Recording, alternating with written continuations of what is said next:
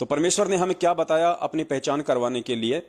गुरुदेव ने बताया कि एक समय एक राजा था, बहुत ही ज्यादा संपन्न राजा था। राजा का एक बेटा था लगभग 9 या 10 वर्ष का, और राजा का बेटा अपने साथियों के साथ में खेलने के लिए बाहर चला जाया करता था। पास में एक जंगल था, और पहले के समय आपको पता है कुछ आदिवासी लोग जो थे, भील वगैरह जो थे, कोई भी आदिवासी जो थी जनजातियां, वो जंगलों में निवास किया करती थी।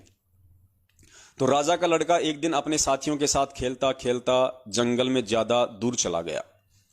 तो उधर से कुछ भील थे, उन भीलों ने देखा और भीलों ने उस राजा के लड़के को पकड़ लिया। बाकी जो साथी थे वो वहां से भाग लिए अपनी जान बचा के। राजा का लड़का नहीं भाग पाया, या भागने की कोशिश की होगी, लेकिन वो भीलों के हाथ आ गया। तो भीलों ने उसे पकड़ा और अपने राजा के पास ले गए। उनका जो सरदार होता था, और ज्यादा जंगल में चले गए जहां उनकी बस्तियां होती थी। तो भीलों के राजा ने, भीलों के सरदार ने देखा कि लड़का बहुत ही ज्यादा सुंदर है, और उनके वहां पे एक परंपरा हुआ करती थी। अब दास जो भील शब्द का यूज कर रहा है, तो कोई भील जो समाज के लोग हैं, भील जो जाति के लोग हैं, वो ये ना सोचें कि भाई ये हमारे जो है ये पूर्वजों के विषय में बोल रहा है। एक आधे भगत का दास के पास फोन आया था पहले भी, क्योंकि परमात्मा ने पहले भी इस कहानी का जिक्र करवाया था। तो उसने कहा कि भगत जी, आपने ये कहा कि भील लोग थे ऐसे, वो बलि दिया करते थे, हमारे पूर्वज ने तो ऐसा नहीं किया कभी। अरे भैया, भील से समझो आदिवासी लोग, क्योंकि भील जनजाति के लोग पहले जंगलों में रहा करते थे, उनको आदिवासी कहा जाता था। ठीक है, तो आप लोग अपने ऊपर ना लेना कि ये हम हमारे लिए कह रहे हैं। वर्तमान में जो भील जाति है उनके लिए मैं नहीं कह रहा। पहले तो हम लोग भी ऐसे थे। हम कौन से जो है मतलब मास्टरमाइंड थे? हमारे पूर्वज भी तो ऐसे थे, आदिवासी टाइप ही थे। ये तो धीरे धीरे परमेश्वर ने दया की, इस कलयुग में टेक्नोलॉजी दी, शिक्षा दी, तो लोगों को थोड़ा बहुत कोई स्तर सुधरा है, वरना सभी आदिवासी थे। हम आदिवासी ही थे। हम चाहे कितने ज्यादा टेक्नोलॉजी युक्त बन जाएं, कि हमने कितने हेलीकॉप्टर बना लिए, एरोप्लेन बना लिए, अगर हमारे को उस परमेश्वर के विषय में ज्ञान नहीं है तो पूरी दुनिया आदिवासी है। 21वीं सदी की टेक्नोलॉजी युक्त दुनिया भी तब तक आदिवासी है जब तक उसको परमेश्वर के विषय में जानकारी नहीं होगी। क्योंकि इस मानव शरीर का मुख्य मकसद, मुख्य ध्येय केवल यही होता है कि उस परमेश्वर की जानकारी और परमेश्वर की भक्ति करके यहां से अपना आत्म कल्याण करवाना। और उसकी जानकारी के बिना पूरी दुनिया आदिवासी है। अब उसमें साइंटिस्ट भी आ गए, उसमें राष्ट्रपति और प्रधानमंत्री भी आ गए, उसमें सब आ गए। तो भीलों के सरदार ने सोचा कि भाई लड़का बहुत सुंदर है, और उनकी एक परंपरा थी, उनकी देवी थी, उसको वो लोग बलि चढ़ाया करते थे जब भी उसका त्योहार आता था, कि देवी खुश होगी, ऐसी उनकी अपनी धारणा थी। तो उन्होंने उस लड़के को सकुशल, जैसी भी उनकी व्यवस्था थी, वहां उन्होंने उसको कैद कर दिया, और एक व्यक्ति को उसकी देखभाल के लिए छोड़ दिया कि लड़का कहीं भग ना जाए और किसी प्रकार का कोई नुकसान न हो जाए इस लड़के को। उधर से राजा को मालूम पड़ा कि मेरे बच्चे को तो इस तरीके से आदिवासी लोग ले गए उठा के। राजा बड़ा चिंतित हुआ। राजा समझदार था। राजा ने अपने मंत्रियों से सलाह वगैरह की, तो काफी लोगों ने बहुत तरीके से उनका मार्गदर्शन किया। अंत में राजा को समझ में आया कि मैं किस प्रकार से अपने बच्चे की जान उन आदिवासियों से, उस भील से छुड़वा कर ला सकता हूं। मैं मेरे बच्चे को सकुशल यहां लेके आ सकता हूं। तो पुण्यात्माओं, अब आप जी थोड़ा सा समांतर रूप से इसका विश्लेषण करना। वो जो आदिवासी था उनको समझना आप काल भगवान, वो आदिवासी आप जी काल भगवान को समझना, और वो राजा समझना आप उस कबीर परमेश्वर को, और जो बच्चा उसकी पकड़ में आ गया था वो हम सतलोक की आत्माएं हैं, जो हम उस ज्योति निरंजन के साथ में खेलते खेलते उसके चक्कर में आ गए थे वहां पे, और परमात्मा से दूर निकल गए थे हम। और फिर इस भील रूपी निरंजन ने हमारे को पकड़ के कैद कर लिया, हमारी बलि चढ़ाने के लिए, गधा कुत्ता सूअर बनाने के लिए। तो फिर उस राजा को तो टेंशन होनी थी, बाप को तो चिंता होगी जब उसका बच्चा उसके हाथ से छूट गया। तो बाप बड़ा चिंतित हुआ, राजा बड़ा चिंतित हुआ। उसने सलाह मंत्रणा की। तो अंत में राजा ने डिसीजन लिया कि जितना जल्दी हो सके, राजा को मालूम पड़ा कि उनकी जो देवी का त्योहार है वो लगभग 1 महीना है उसका। तो राजा ने कुछ ऐसे लोगों को बुलाया जो लोग भीलों की भाषा जानते थे, आदिवासियों की भाषा जानते थे। तो राजा ने कहा कि मेरे पास समय नहीं है, 1 महीने का समय है, 1 महीने के अंदर अंदर आप मुझे आदिवासियों की भाषा समझाओ जितनी मुझे जरूरी है, जिससे मेरा काम निकल जाए। तो उन्होंने ऐसा ही किया। भाषाओं के जानकार लोगों ने राजा को 1 महीने में पूरी तरह से परिपूर्ण कर दिया भीलों की भाषा के लिए। राजा भाषा बोलने लग गया आदिवासियों वाली। अब राजा अगर अपने वास्तविक रूप में उन भीलों के सामने जाए, उन आदिवासियों के सामने जाए अपने बच्चे को छुड़वाने के लिए, पुण्यात्माओं, इसके 2 सबसे बड़े नुकसान थे। इसके सबसे बड़े नुकसान 2 थे। राजा को मालूम था, राजा समझदार था। राजा ने बड़ी सूझबूझ से काम लिया। सबसे पहले तो उसने भाषा सीखी, उसके बाद में राजा ने वैसा ही गेटअप बनाया जैसा कि आदिवासियों का था। वैसा ही राजा ने कपड़े सिलवाए, वैसे ही राजा ने बाल वाल बढ़ाए, उसी तरीके से राजा ने अपने नाखून वाखून बढ़ाए। मतलब जैसे भील लोग जो रहा करते थे पहले, जो आदिवासी लोग जो थे टाइम पे नहाया नहीं करते थे, गंदे संदे रहा करते थे, ऐसे ही उनके वस्त्र होते थे, ऐसे ही बड़े बड़े बाल, पता नहीं क्या क्या चित्रकारियां रखते थे, हाथी के दांत वगैरह यहां लगा के, मतलब टोटल जो हार श्रृंगार था उन आदिवासी लोगों का वैसा का वैसा राजा ने बनाया। राजा होते हुए उन्होंने वैसा का वैसा हार श्रृंगार किया ताकि कोई फर्क ही महसूस ना कर सके, भील भी ये ना पहचान सकें कि ये भील है या ये राजा है। उनको धोखा देने के लिए, उन आदिवासियों को धोखा देने के लिए, उन भीलों के सरदार को धोखा देने के लिए परमात्मा ने भी सेम टू सेम आदिवासी वाला ही गेटअप तैयार कर लिया। अगर राजा अपने वास्तविक रूप में जाता वहां पे तो वो राजा को भी पकड़ लेते, वो तो एक अलग ही पहचान हो जाती। तो एक नुकसान तो ये, और दूसरा नुकसान, अगर उस राजा को मान लीजिए आदिवासी भी ना पहचान पाते, लेकिन जब वो बाप अपने बेटे के सामने जाता तो बेटा तो नासमझ था, मंदबुद्धि था, वो तो अपने बाप को देखते ही रोने लग जाता, वो तो चिल्लाने लग जाता, तो वो पकड़ में आ जाता, मालूम पड़ जाता भीलों के राजा को कि ये तो इसका बेटा है, तो वो भी मरता और वो भी मरता, दोनों के दोनों मरते। तो इसलिए राजा ने बड़ी सूझबूझ से काम लिया ताकि उनके बच्चों को भी इस बात का पूर्णतया आभास ना हो कि मैं ही तेरा बाप हूं। इसलिए अपने उस बच्चे से भी थोड़ी सी दूरी बनाए रखने के लिए, उस बच्चे को भी थोड़ा सा भ्रम में रखने के लिए, ताकि बच्चा नादानी में मुझे देख के रो ना दे, बच्चा रोने ना लग जाए और मालूम ना पड़ जाए, वास्तविकता सबके सामने ना आ जाए, वरना मैं भी मरूंगा और वो बच्चा भी मरेगा। तो इस प्रकार राजा भीलों वाला गेटअप बना के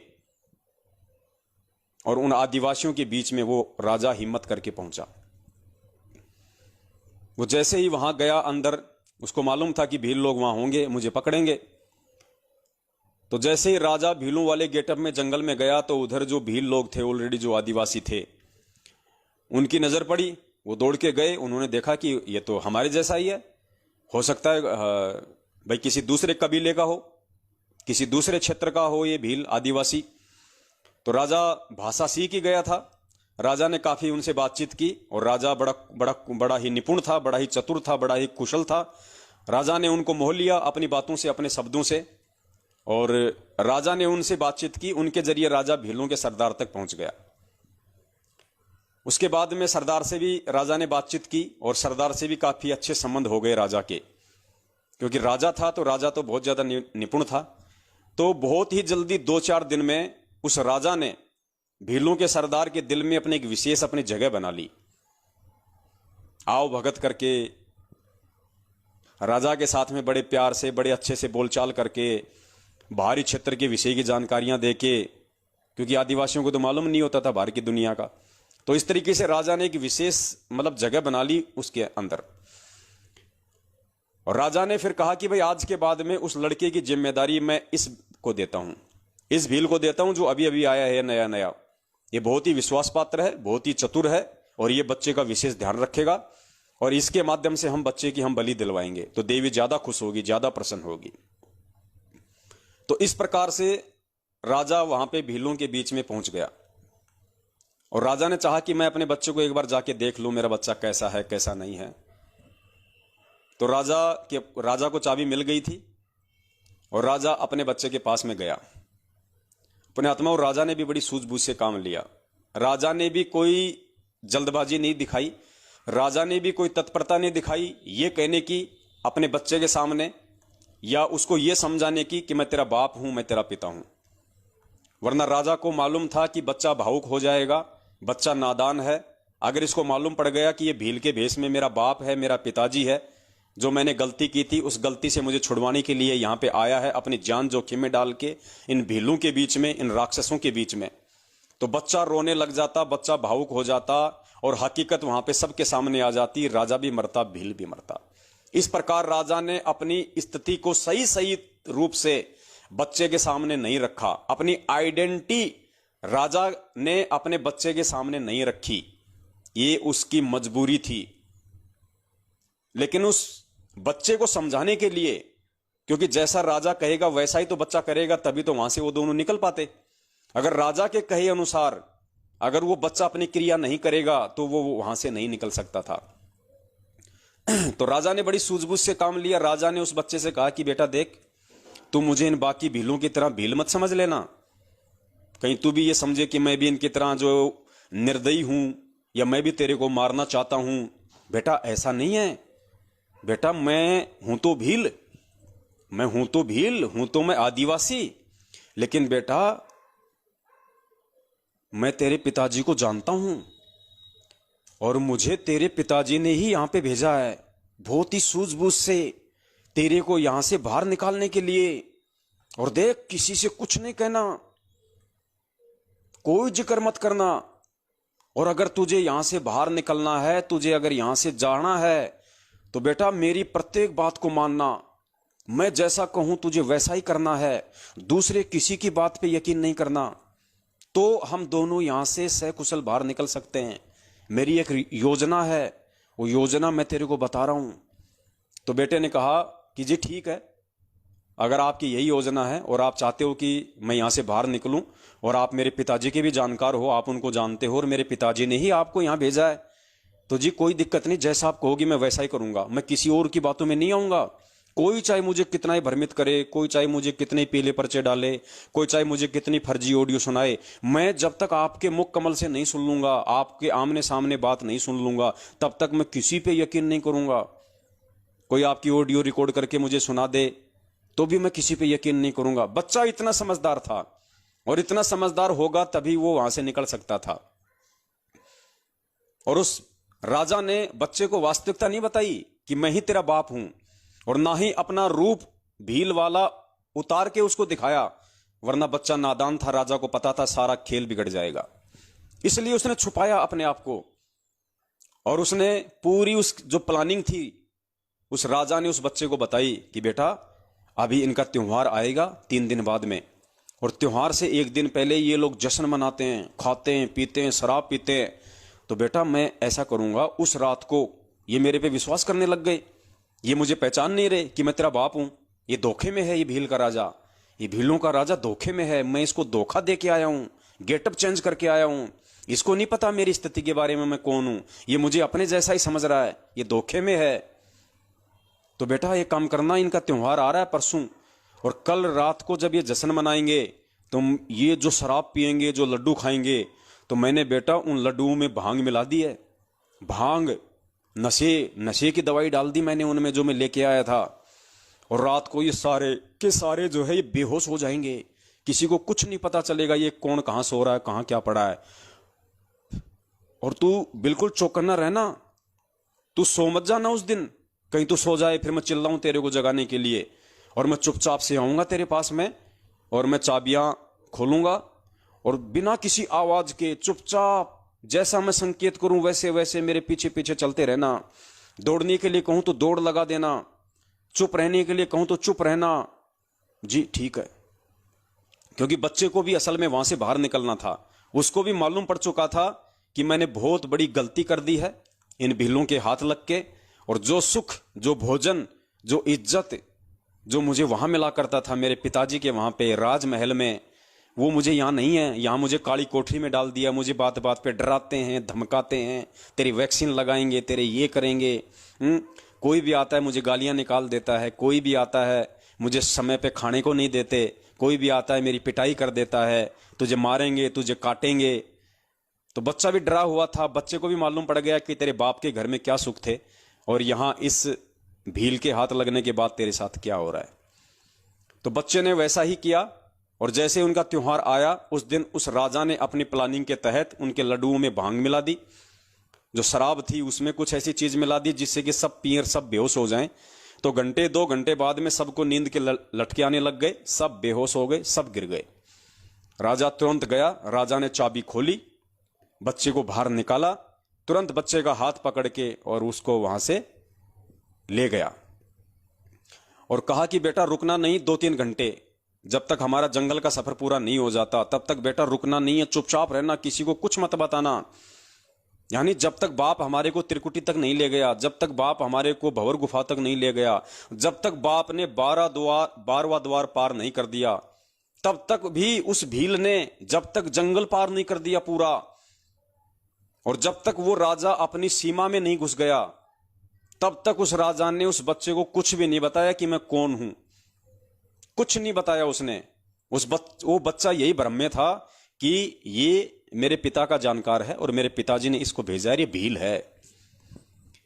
और जैसे ही राजा अपनी सीमा में राजा ने प्रवेश किया, राजा की पूर्व निर्धारित योजना थी, वहां पे राजा के सैनिक, राजा के जो सेनापति थे वो खड़े थे लेके हथियार, और जैसे ही वहां गए तुरंत वहां पे राजा को घोड़ा दे दिया गया। राजा ने आगे घोड़े पे अपने उस बेटे को बैठाया और राजा ने वो बच्चा लाके अपनी रानी को दे दिया महल में। और जैसे रानी ने अपने बच्चे को देखा, रानी फूट फूट के रोने लगी, अपने बच्चे को सीने से लगा के। पुण्यात्मा, उस समय तक भी उस बच्चे को नहीं पता था, वो तो नादान था बेचारा, भोला था, वो तो मां से लिपट गया और वो रोने लग गया। लेकिन जब बच्चा मां से लिपट के रो रहा था और पास में वो राजा खड़ा था, राजा ने वहीं पे अपना वो गेटअप उतारना शुरू किया उस बच्चे के सामने, और बच्चा देख रहा था। राजा ने अपने वो कपड़े उतारने शुरू किए, अपना मेकअप उतारा, जो काला मुंह कर रखा था वहीं पे पानी से मुंह धोया, टॉवेल से मुंह को पूछा, और राजा ने फिर अपनी वाली पोशाक पहनी। तो बच्चे को सारा माजरा समझ में आ गया, बच्चे को टोटल कहानी समझ में आ गई। बच्चा अपने बाप से लग के रोने लग गया, चिल्लाने लग गया बच्चा, सुबक सुबक के रोने लगा बच्चा अपने बाप से लिपट के, और कहने लगा कि पिताजी आप थे, मैं तो आपको बिल्कुल भी नहीं पहचान पाया, आप इतने दिन वहां रहे मेरे साथ में, आपने अपना भेद नहीं बताया मुझे, आप केवल संकेत करते रहे कि मुझे तो तेरे पिताजी ने भेजा है, मैं तो तेरे पिताजी का जानकार हूं, और मैं तो तेरे पिताजी के आदेश से तेरे को लेने आया हूं, आपने मुझे कुछ नहीं बताया, और मैं भी नहीं जान पाया आपको कि आप ही मेरे पिताजी हो। और बच्चा फूट फूट के रोने लगा, अपने बाप से लिपट के फूट फूट के जो है वो रोने लगा। पुण्यात्माओं, ये स्थिति है आज वर्तमान में परमपिता परमेश्वर सतगुरु रामपाल जी महाराज जी की। इस प्रकार से वो कबीर परमात्मा आज आप और हमारे लिए इस पृथ्वी लोक पे वो सारे कष्ट, वो सारे दुख उठा रहा है परमात्मा। वो परमात्मा हमारे लिए एक भील बन रहा है, एक आदिवासी बन रहा है परमात्मा। हमारे लिए वो समर्थ राजा इस काल के लोक में आके लोगों की गालियां खा रहा है, लोगों की पिटाई सहन कर रहा है वो परमात्मा। और हम मंदबुद्धि उस परमेश्वर को पहचान नहीं पा रहे। हम कह रहे हैं कि ये तो आदिवासी है, ये तो भील है, लेकिन वो भील नहीं था, वो परमात्मा था। वो जानबूझ के अपनी पहचान नहीं करवा रहा था। तो ये गुरुदेव आज हमें जानबूझ के अपनी पहचान नहीं करवा रहे, लेकिन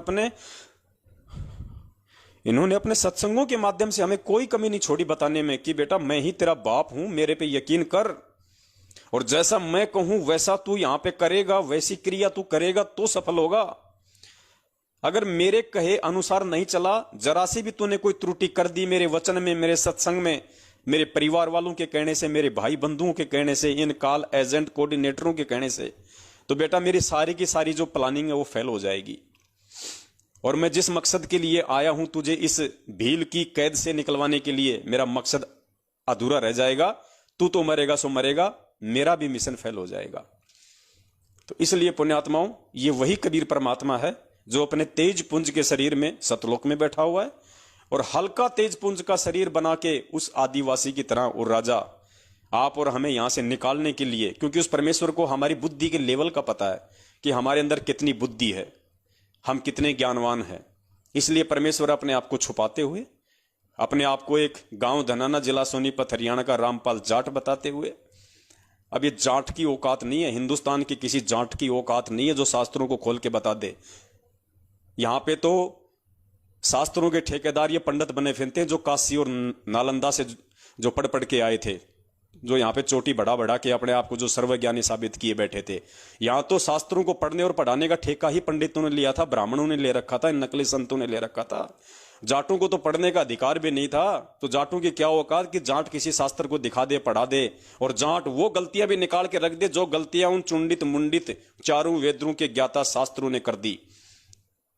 जो श्रीमद् भागवत गीता को लिखने वाले वेदव्यास जी ने भी क्या क्या त्रुटियां कर दी, वो गलतियां भी वो हरियाणा का जाट बता रहा है। तो पुण्यात्माओं समझो, वो आदिवासी नहीं है, वो हरियाणा का जाट, वो किसी इंद्रो माई के पेट से जन्म लेके नहीं आएगा।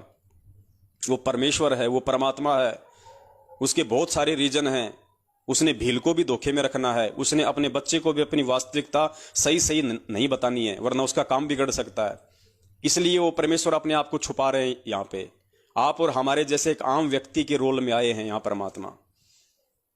लेकिन पुण्यात्माओं, अब यदि हम नहीं समझेंगे उनके इशारों को, और इशारों को हम उनके उसी समय समझ सकते हैं जब वास्तव में हमें मालूम पड़ जाए कि मैं इस काल की कैद में हूं और मेरे साथ यहां पे बहुत ही ज्यादा ज्यादतियां हुई हैं, गधे कुत्ते सूअर के इसने मुझे जीवन दिए हैं। यानी कहने का मतलब है, उस बच्चे की तरह जब तक हम यहां से निकलना नहीं चाहेंगे तब तक वो बाप भी कुछ नहीं कर सकता। अगर वो बच्चा ही मान लीजिए उन भीलों के साथ में रम जाता, उन भीलों के बच्चों के साथ में खाना खेलना हंसी मजाक करने लग जाता, उन्हीं को अपना घर बना लेता, सोचता मैं तो यही ठीक हूं, मैं वहां नहीं जाऊंगा, यहां तो मेरे यार हैं, मेरे दोस्त हैं, मुझे खाने पीने की कोई दिक्कत नहीं है, वो बच्चा अगर यही मान लेता तो बाप उसको कैसे निकाल के लेके आता। तो पुण्यात्माओं, हमने इन चीजों को अब समझना पड़ेगा। और 8 सितंबर 1951 के दिन जो ये परमेश्वर आप और हम सभी के लिए यहाँ पे प्रकट हुए हैं अपने तेज पुंज के शरीर को हल्का करके, अब हमने धोखा नहीं खाना है पुण्यात्माओं। ऐसा कोई सबूत, ऐसा कोई प्रमाण इस परमेश्वर ने दिखाने में कसर नहीं छोड़ी है जो ये साबित ना करता हो कि संत रामपाल जी महाराज जी ही पूर्ण परमात्मा है।